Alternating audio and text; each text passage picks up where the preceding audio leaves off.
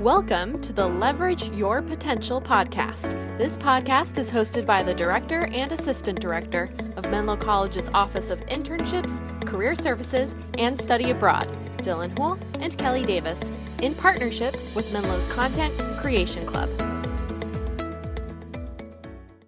Hello, and welcome back to the Leverage Your Potential podcast. My name is Kelly Davis, and I am your host today. I am the Assistant Director of Career Services and Study Abroad at Menlo College, and I'm very excited to bring you here today with our Director of the Oral Communication Program, Marianne Neuwirth. She also teaches both here at Menlo College as well as at Stanford University. She has a variety of classes, including a course on leadership, as well as a course on presentation skills. Correct me if I'm wrong there, Marianne, but those are very popular classes. So I'm very much looking forward to our conversation today, Marianne. Thanks for being here. Yes, I'm very happy. It was a good opportunity to review my journey into learning about leadership and the particular ways that I view it now. So this is a nice opportunity. Thank you. Fantastic. And I am very much looking forward to the conversation because I'm very interested in leadership theory from a more theoretical background, as you know, Marianne. So we're going to go ahead and we're going to jump right in. My first question for Marianne today is, what is your background, Marianne, and how did you end up teaching leadership? I was an occupational therapist for many years and worked in rehabilitation centers and hospitals. And I also worked in a hand clinic for a while. And I realized over time that even though doctors are framed as the leaders in the world of medicine, it's actually the nurses that orchestrate the patient care and keep things flowing. So that got me thinking about what leadership actually is. And after I switched careers and earned my master's and PhD in speech communication, I realized how foundational communication skills are to leadership as well as any kind of relationship. So I learned more about leadership through my interpersonal communication class, I also teach persuasion and negotiation. And I developed a leadership and storytelling class at Stanford a couple of years ago, and it was really popular. So I taught it a couple of times, and I decided to teach a leadership class here at Menlo. I proposed it a couple of years ago, and when I taught it a couple of years ago, it went really well, and I'm looking forward to teaching it again this fall. So that's just a basic background of my journey into this area. Great. And there was just a bit of a lag there, Marianne. So it's not the doctors who are necessarily always the leaders, but it's who else again? The nurses. Okay, just lagged on that word. And that's so interesting now too. And we don't want this podcast to be about the coronavirus and its impact on higher education, career pathways, etc. But I will note for our audience, in case they're looking back, that today is April 9th of 2020. And so we're seeing a lot of our medical professionals on the front lines of this crisis. And so it's just very interesting that you note there that the nurses have so much of a role in this as well. And it's not just the doctors, though I think that they're all hands on deck right now. So yes, everybody, and they're asking anybody who's willing to volunteer, who's able to. So we'll see. I may end up volunteering since I have a medical background myself. We'll just see how that unfolds. Wow. Oh my gosh. A lot to take in there, but thank you for sharing that. Yeah. So to try to keep it on the task though, wow, we've opened up a whole new world that we could talk about. Yeah, yes, indeed. Yes. So in keeping in mind that it may not be who you expect it to be, who is a leader and who is not, what kinds of leadership exists? Well, I thought about that question, and I thought it might be useful before I answer that question to define how I view leadership itself. And in my own experience and in my own research, it seems to me that effective and ethical leaders need 5 qualities. So the first one is that they're self-aware and able to self-regulate.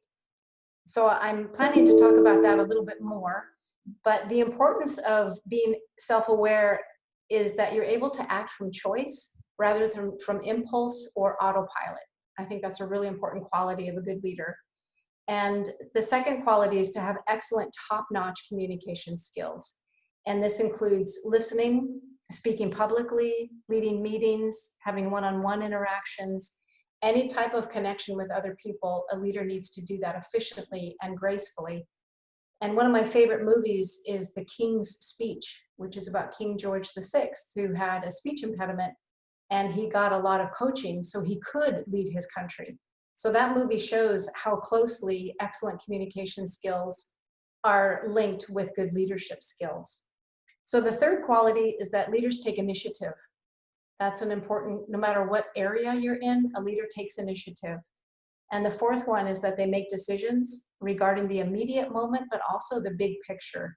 And this is why storytelling is so important, because a person who tells a story is calling to mind what's currently happening, but leaders also visualize the future. So that aspect of being a leader is very important. And when you do make decisions, I think it's important to base them on diverse but also credible evidence, that you get input from other people and then you make a decision after that. And then the fifth and last one is that they create structure for success, both for themselves, for their organizations, and also for other people. And it reminds me of a person I learned about in my communication education. His name is Lev Vygotsky. And he was a child development specialist and talked about how kids learned communication skills through something called scaffolding, which is this idea of developing structure for kids to learn basic skills in life. So I think a leader provides good scaffolding for people that they're working with, working for, and working to pull into the future. So the second part of that question is different types of leadership. So I have 8 that I'm going to talk about, and these are the first 5 are basic ones that probably you learned in some of your classes. The most common one that people talk about is trait theory, that people are born with certain qualities to be good leaders. And the second one is situational leadership, that you rise to the occasion when the situation calls for it. You may have no idea that you have this capacity. And then, like this exact circumstance in which we find ourselves, the coronavirus, that people are stepping up and doing incredible things to help one another out. And the next one is charismatic leadership. And this is the assumption that people who are super charismatic and have a lot of energy and are very extroverted, that those are people are automatically good leaders. And I challenge that notion in my communication class. And there's a well-known theorist named Max Weber who also challenges that, saying that charismatic leaders are not necessarily the best leaders. So we have this culture where we really love drama in many ways. So people who are charismatic, we're very drawn to that, but sometimes they're not necessarily the best leader. And then the fourth type of leadership is servant leadership. Robert Greenleaf came up with this concept, and the idea of really being there to serve the people that you are supposedly leading. And there's a very interesting book called Siddhartha, and it was about a person who was the servant of a group that was traveling, and the servant disappeared and the group just fell apart. So oftentimes people who are in the support roles, when they exit, the system falls apart. So I'll talk more about that in a moment. But the next type of leadership is authentic leadership, which includes self-awareness and this idea of leadership evolving, and that you're always keeping in mind the best interest of other people. So it overlaps a little bit with the next type of leadership, which is talked about a lot in my field of communication. It's called transformational leadership. And the emphasis is completely on communication and the team communication, cooperation, participation, making sure that each member has some form of representation or direct voice, and that there's this idea of adapting and shifting as you get input. So this, of course, you need good social skills, good emotional intelligence, good empathy, and people who use this type of leadership skill are often phenomenal storytellers. So the next type of leadership is one that I developed myself. It's called the linchpin leadership theory. And this is based on a very short TED Talk. It's a 2-minute TED Talk by Sivers. It's Siver, and it's called How to Start a Movement. And it's this fantastic 2-minute talk that he gives where he shows how one individual begins dancing, and it doesn't become a movement until a second individual joins the first one. And the second individual, this is a quote from him, he says, "It's the first follower that turns the lone nut into a leader." And this just made me think about how leaders are overglorified, and everybody wants to be a leader because they think they should be. But really, it's the second person that's most important. It actually takes 2 people in order for there to be a leader. There's the person who takes the initiative, and then there's the person who supports that individual. And I call that second person the linchpin. And the actual definition of a linchpin is that it's a pin that's passed through the end of an axle to keep a wheel in position. So that's its pragmatic term, but there's another definition that it's a person or thing vital to an enterprise or organization. So sometimes it's important to be the linchpin and not necessarily the leader, that you're the person who supports the leader. And I talked about servant leadership, and sometimes it's the people behind the scenes who are more important than the person who's out in front. So for people who feel this obligation to be a leader, but they don't feel that they have the personality traits or the true desire to be a leader, they can take comfort in knowing that actually, in my opinion, a role that's just as important as the linchpin position, also known as the keystone in architecture, very important part of an archway, the anchor, the backbone. These are all the things that are really important for other people to remember. So the next type of leadership, the last one, this is the 8th one, and this is toxic leadership. And this is a term that's come into use more now because it seems to be in our consciousness more these days. And people who are considered toxic leaders, they have this excessive need for admiration from other people. They tend to lack empathy. They tend to be arrogant and really focused on their own needs. They also tend to have strong mood swings, a little bit impulsive, not really willing to be adaptable. And the one that really stood out to me as I did research on this was that toxic leaders tend to be very poor listeners. So if you're a poor listener, usually you're not a very good leader.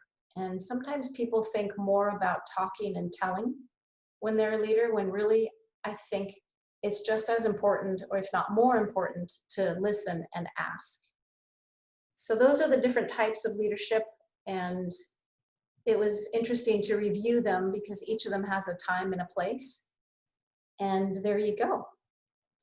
Thank you, Marianne. Yeah, there was a lot to think about in there, and I tried to take some notes. So people listening, there will be a few things that I hope to include in the show notes that Marianne just referenced. But it definitely recalled for me the course that I took on leadership theory 4 years ago now, talking about transformational leadership, referencing Greenfield and Weber. So it was almost like a review. It was great. Yes, it was for me too. So I enjoyed doing that. And I hope that as students listen, or as anyone listens, that we take all of that in. I think that trait leadership is definitely something that is almost, for me anyway, if I recall back, that was almost the introductory form of understanding what leadership was. But there were so many different kinds of leadership that you referenced that I think, oh, I know what my top favorites are. I know what I want to personally aspire to, or I can see that in someone else. And I'm just hoping that everyone's kind of taking this in and maybe realizing how important it is sometimes to question those original teachings that we have around, especially around these big ideas like leadership. I think it was so huge when I was applying to college to have leadership on my, well, not on my resume at that time as I applied to colleges, but somewhere in my application.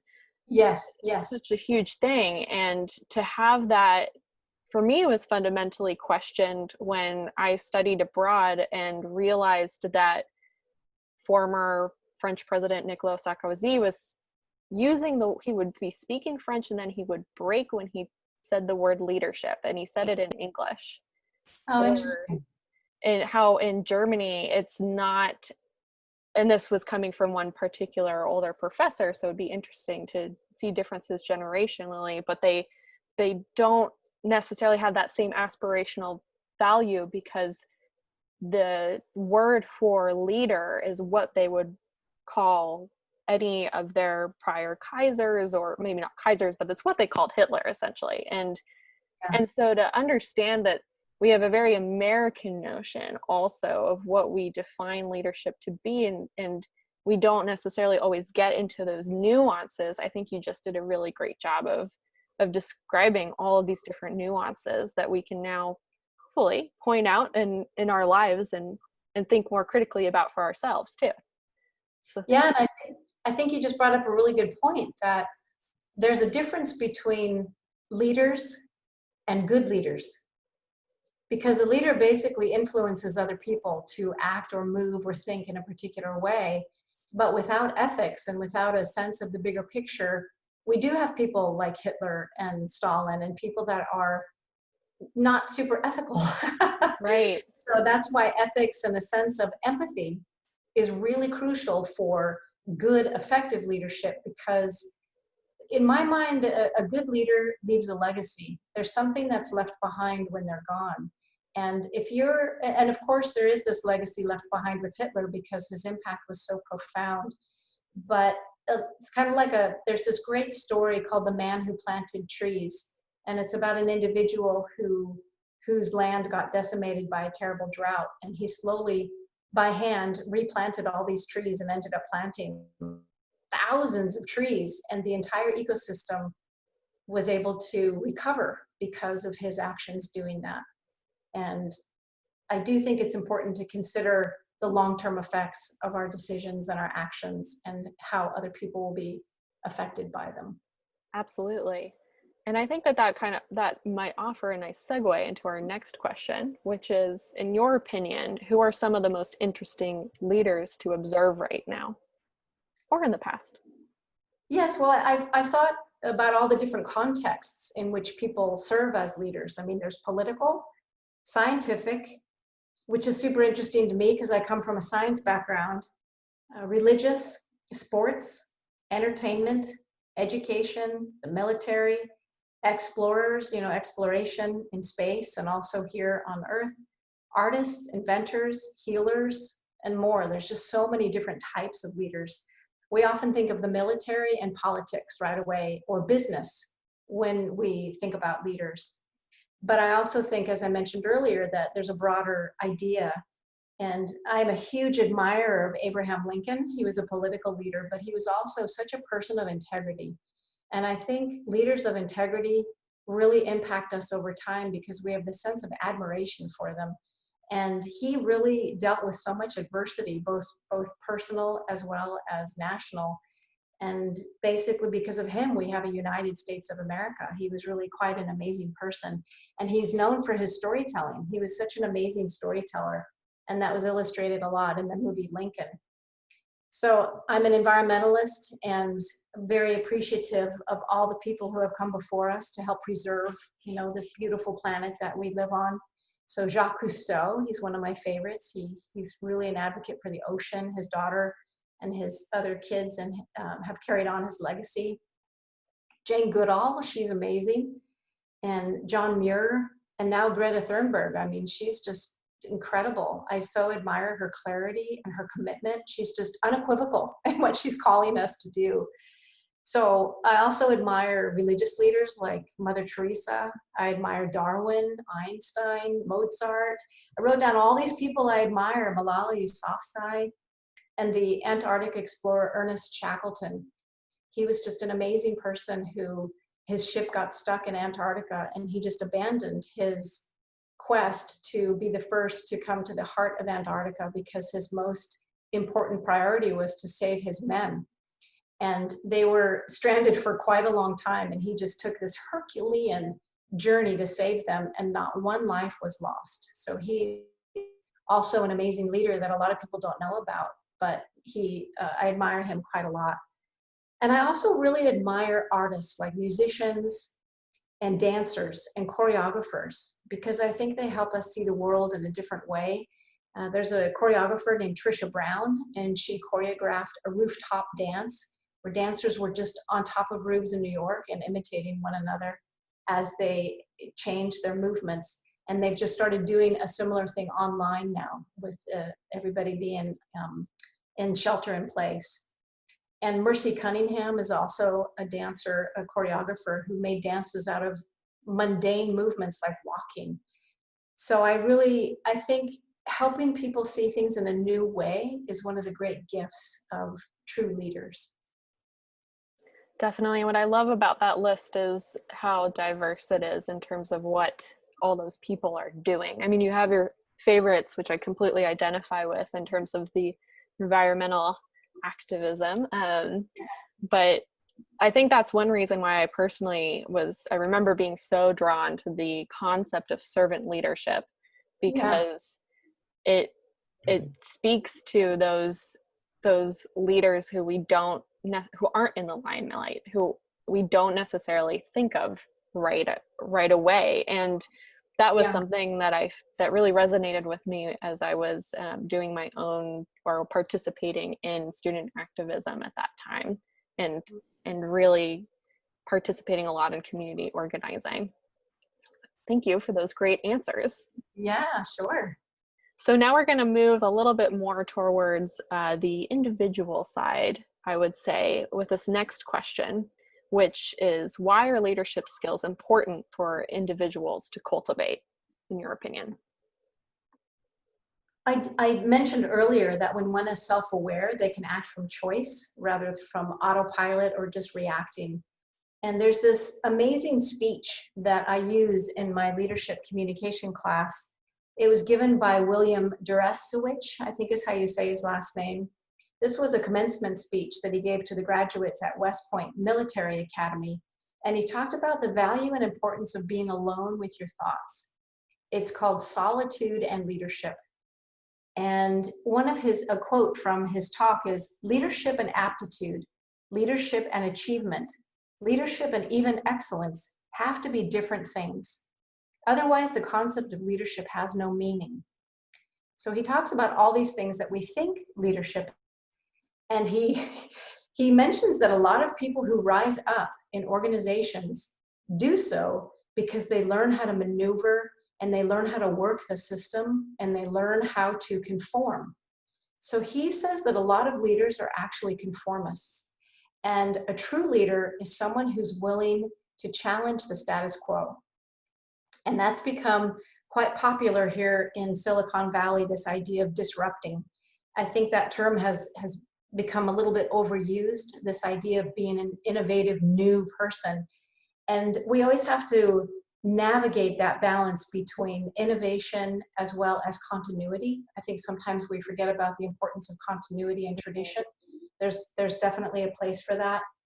Also, maintenance versus challenging something, the tension between being versus becoming, stillness versus movement. There's these tensions that we have to navigate. And we tend to be biased in this area towards change and speed and movement and activity and newness. And sometimes I think slowing down is really important. And William Deresiewicz agrees, saying that really one has to be able to be alone, be focused on one's own thoughts, and be clear about what your own values and your own motivations are. And this is one of the nice silver linings, I think, of this coronavirus. It's causing a lot of anxiety and suffering for a lot of people, but it's also forcing us to slow down in many ways and withdraw and become a little bit more connected with ourselves, with our close family, with our close friends. And there's something really valuable about that. And he talks about the importance of being able to think for yourself, not just always responding to the external world. And I think because of our busyness and because of our constant bombardment of information with news and our cell phones, that we very rarely have time to just withdraw and be alone and think, what are my values? What's important to me? So I think that to me is what self-leadership is, that self-awareness. And kind of, there's this other writer and philosopher, her name is Ayn Rand, and she was a little bit controversial, but she was a philosopher, and she argues for developing your own personal philosophy of how you want to live your life. She gave this very interesting speech, and she talked about how important it is to have an anchor. That's what a personal philosophy does. It anchors you and helps you know how to navigate when the winds or the storms come. And what we might call that now is a personal mission statement. What's my values in life? How do I want to live my life in a way that helps me remain true to myself? Yeah, I definitely try to impart that on students and as well as friends if they are looking for career advice, or even if you're just preparing for an interview, is to do that self-reflection and figure out what it is at the core of your center. That'll help you find people you want to work with, companies you want to work with, and you'll be able to make those connections a lot more easily. So it's interesting that you brought up Ayn Rand. I think context is always important, of course, but that is a beautiful thing that she talks about, a personal philosophy. And Yeah. I also really appreciate that you bring up continuity. During Career Connect Day, we had a sustainable careers panel, and the director of the sustainability department at Stanford, Famida Ahmed Bangert, she was saying that it's really important that we don't always just innovate or just create something brand new outside of what already exists. And we were talking about environmental sustainability. Yes. And I thought that was so important. And she made a good point that since Gen Z is supposed to be extremely entrepreneurial, it might be difficult to get our minds around that. But sometimes being helpful to society, being helpful to fix a problem, means that you need to do it within a system that already exists. And I like that you draw that into leadership and how it's not necessarily about creating the new, creating the exciting. It's about really driving something that might already be in place into a better direction. Yes, exactly. Great. So now, in looking at advice to students, there's a couple of categories we have here. So what advice do you have for students who, A, are figuring out their own leadership style? Maybe they're looking back at everything that we've said so far and they're really processing it. So what advice do you have for students who, A, are figuring out their own leadership style, B, want to improve their leadership skills, or C, want to become better leaders? Well, I think it's, first of all, important to figure out if you really are a leader or if you're a linchpin. And to remember that both of those are equally important. That you can't have a leader who's just all by themselves. There needs to be at least a second person. This is why, they have these Robert's Rules of Order. There's these very formal rules of how you run meetings, and somebody asks you for a motion, and there's always somebody who has to second it. If there's nobody who seconds the original motion, it doesn't move forward. So there has to be a second person. So it's good to think, am I a leader or a linchpin? And I asked this question and talked about this in my leadership communication class last year. And there was a student in there, he said, I really think I'm a linchpin. I hope that's okay. And I said, that's fantastic. We need people like you. And he ended up I have them do an art project where they visualize leadership and create an artistic rendition of their view of what leadership is. And he just made this beautiful image of how he saw himself as a linchpin. So I think that's a really important thing to consider.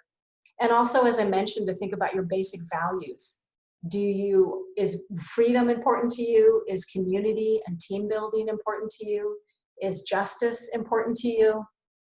I heard this great quote, that justice is what love looks like in public. That's by Cornel West, and I really like that. And one of my personal values is healing. That's what drew me to become an occupational therapist. And then now when I teach communication, I want people to be effective and smooth. And, I teach conflict resolution. And I teach a civil conversations workshop at Stanford just to help people learn how to communicate with others who are very different than them and view the world in such a different way. So a particular exercise that I have of helping people learn more about themselves is that you get 3 items or symbols that represent what you think power is, what you think leadership is.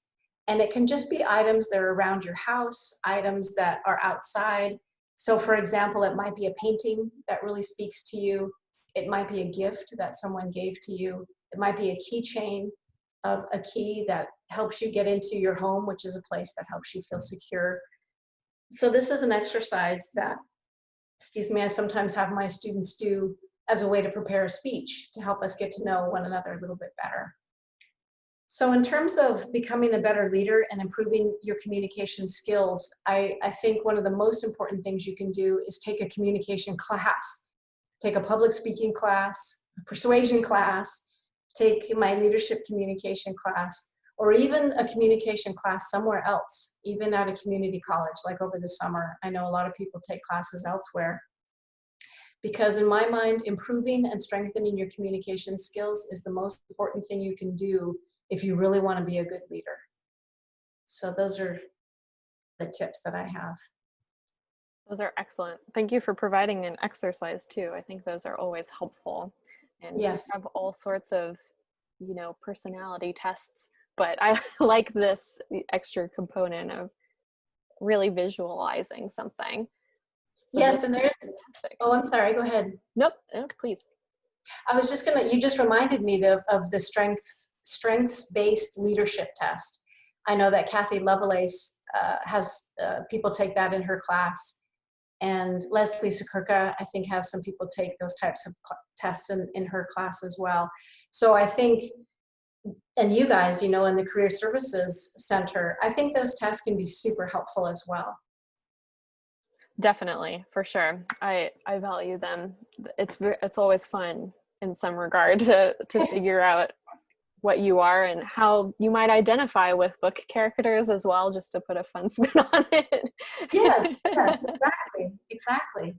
So Marianne, you've told us, you just were mentioning the classes that you offer, and I'm wondering if you want to take a moment to say anything about your leadership class that you offer at Menlo. Yes, I appreciate the chance to say more about it. And a lot of what I've talked about today are the things that we cover in the class, the different types of leadership styles and the different views on it. And we focus a lot on how to be a good communicator, what storytelling looks like, and we have a short section on that. And I also have students do a comparison of leaders from completely different industries and compare and contrast similarities and differences. And we look a lot at the ability to write well also, because written communication matters in addition to oral communication. The ability to summarize what other people have said and put it into a succinct, particular manner so people understand it. We talk about emotional intelligence, and we speak a fair amount about intercultural communication. That's really important in this day and age to understand diversity and the different ways that cultures deal with negotiation, how they manage and deal with disagreements and conflict, gender differences, and being mindful of that. So we have a whole section on that. And also some networking skills and how to be a good mentor and also a mentee. How do you receive training and teaching from other people? And when I teach business communication here, I have a whole section on giving and receiving criticism, because that's a tricky thing for people. And I think in the fall, I might incorporate that into the leadership class as well, because people feel threatened by the idea of either giving or receiving feedback, which they, the word criticism is automatically viewed negatively, but sometimes it's so helpful because that's how we grow. That's how we become better. So even though it might be a little bit uncomfortable, it's really crucial. And when I do I do conflict resolution workshops with the athletic teams, and I talk about how to give and receive criticism and feedback and not let that lead into conflict, because sometimes we misinterpret the feedback that we're getting because we already feel inadequate inside of ourselves. And sometimes just asking questions of clarification can open up all kinds of doors and understanding. So I'm very excited to teach the class again and looking forward to whoever joins in. I'm tempted now to be one of your pupils. Yes, I would love it. And I also found out that I proposed a storytelling and improvisational speaking class. It's just a 1-unit class. And I just found out that got accepted for the fall. So Congratulations.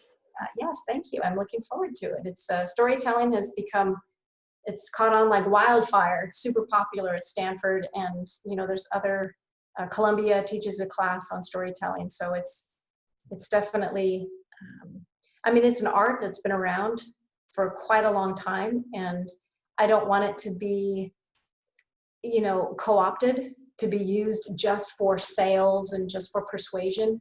But I do think understanding how storytelling works can be helpful, and also it connects us with our humanity a little more deeply, because every culture on earth, without exception, tells stories and has stories.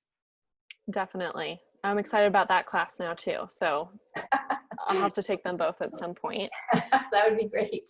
And I just wanted to mention, you talked about giving and feedback and criticism, and I think that's so valuable. I heard once, and I wish I remembered the source, but somebody spoke to how there's a problem in an organization if feedback or criticism is not coming from the bottom up. So yes, if we find ourselves at the top of organizations, or just as managers of a team or something of that ilk, if we are not able to take criticism, then that's going to be a problem. But on the flip side, if we're a linchpin, or just we happen to have a supervisor, we need to be able to constructively give that feedback and criticism so that it is received well, just as you were saying. So, and that's critical to the success of organizations and communities. Yes, there's this amazing book that I just finished. It's called The 10 Laws of Trust, Building the Bonds That Make a Business Great.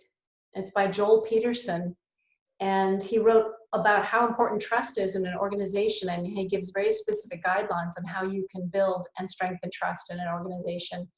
And of course, communication is a key component.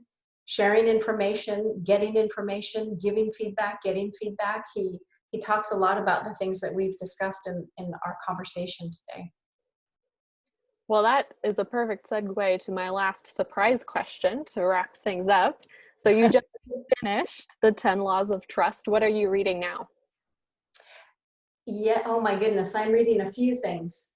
I am finishing up a book on women at the podium. It's about famous speeches that women have given, because we often associate public speaking with men. So I'm trying to educate myself about women who have given speeches, which is how I learned about Ayn Rand and her speech on, philosophy. And I'm also reading this fantastic book. It's an older book. It's called The Book of Virtues, and it's a collection of stories from all over the world. And it's slightly over 1,000 pages long. So I'm only about a quarter of the way through, but I'm really enjoying reading that and gathering stories from all over the world and different traditions. And I read the New York Times every day, which currently feels like a book a day because there's just so much going on. Yes. Good for you. How do you dig through all of the elephant in the room? Yeah, I really feel the need to be informed, but also not overdo it, because it's easy to get overwhelmed these days, I think. And, I want to be informed, but not consumed. Yeah, that's really great. I resonate with that a lot. Yeah. Thank you so much, Marianne. This was a fantastic conversation, and I'm really hoping that everyone who listens in enjoys it just as much as I did. It was great. Yes, well, thank you so much for the opportunity. I really enjoyed it a lot. Fantastic. And maybe we'll have to have you back another time for a storytelling interview. Oh, I would love that. That would be fantastic. All right, well, stay tuned, folks. Thank you for listening to this episode of the Leverage Your Potential podcast. Episodes are posted weekly and can be found on our blog at blog.menlo.edu/career-services/. Make it a great day.